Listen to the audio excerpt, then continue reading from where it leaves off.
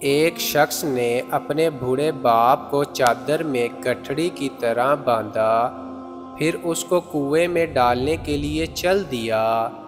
جب ایک کنویں کی من پر جا کر پہنچا اور قریب تھا کہ کنویں میں ڈال دے، باپ سسکیاں مار کر رو رہا تھا۔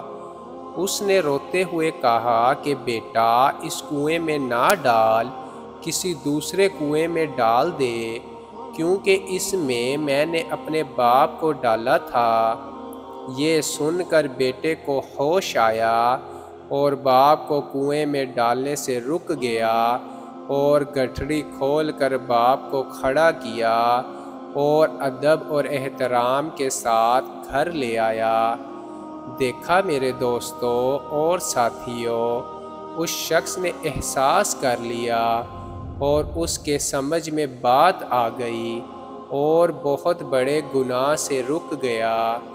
اس لیے جو لڑکے اور لڑکیاں ماں باپ کے نافرمان ہیں وہ اپنی فکر کریں، ورنہ اگر آج کوئی پرواہ نہ کی تو کل پچھتاؤ گے، اور اس وقت تمہارا پچھتانا کوئی کام نہ دے گا۔ اس لیے ماں باپ پر رحم کھاؤ، ترس کھاؤ اور ان کی دعائیں لو، چونکہ ان کی دعائیں اولاد کے حق میں قبول ہوتی ہیں۔